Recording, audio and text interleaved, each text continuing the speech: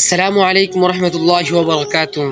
আপনারা সকলেই অবগত আছেন যে আগামী 12 ফেব্রুয়ারি পুরা বাংলাদেশেই নির্বাচন চলতেছে।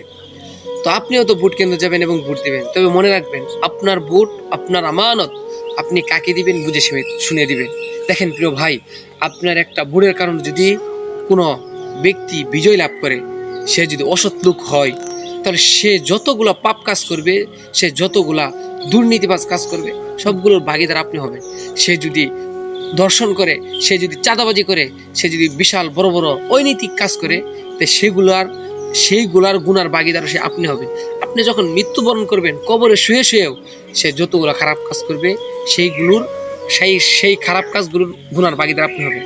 তবে আরেকটা কথা মনে রাখবেন, যদি একজন ভালো মানুষকে যদি বিজয় লাভ করান এবং সে যদি বিজয় লাভ করে, তাহলে দেখেন সে যতগুলা সমাজে ভালো কাজ করবে, সে যতগুলা ইসলামের জন্য ভালো কাজ করবে, সেগুলোর সব আপনি কবরে শুয়ে শুয়ে পাইবেন। তবে আপনি চিন্তা করেন এখন কাকে ভোট দিবেন। আপনার ভোট আপনার আমার বুঝে শুনে দিন।